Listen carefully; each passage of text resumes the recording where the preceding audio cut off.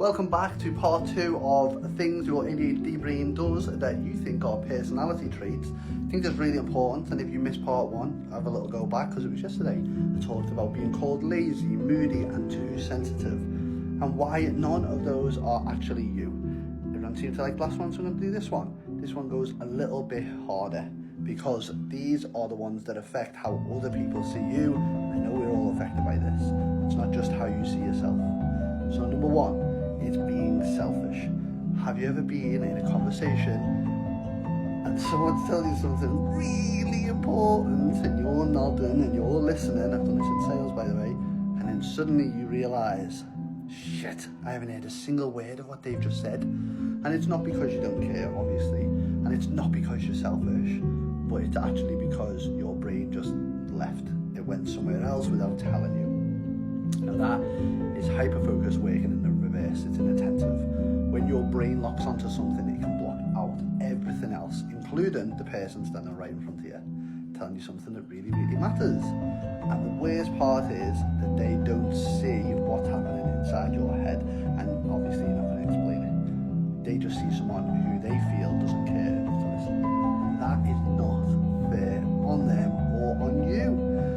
Number 2 is being unreliable. This one really, really stings because you're not unreliable. You are more likely time blind. Your brain genuinely cannot feel the passing of time, and the way other people's brains see it is very different to ours. So when you say, I'll be there at 7, you really do mean it. You're not lying. You fully intend to be there at 7.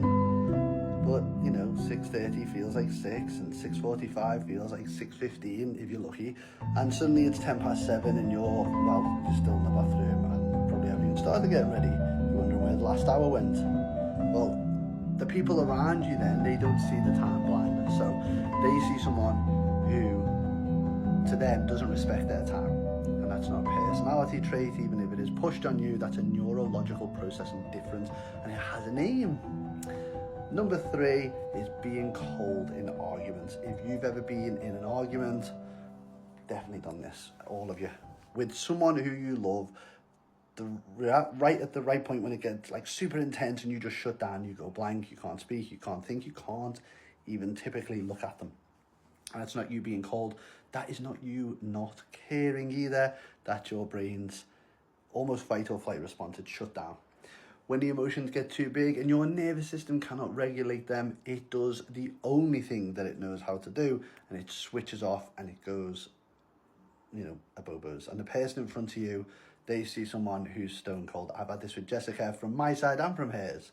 It makes them feel like you don't care. It makes them feel like you shut them out. When actually you're drowning in the air, you just can't show it because obviously they can't get inside your head. Anyway, those are the 3 that damage the relationships most because the people around you can't see what's happening and you're probably not very good at explaining it. This video does that for you. They just see the behaviour, but this gives them the explanation. And now they can start making assumptions about you that aren't true. We're going to do part 3 tomorrow. I'm not sure what we're going to do on them, but it'll be about personality traits.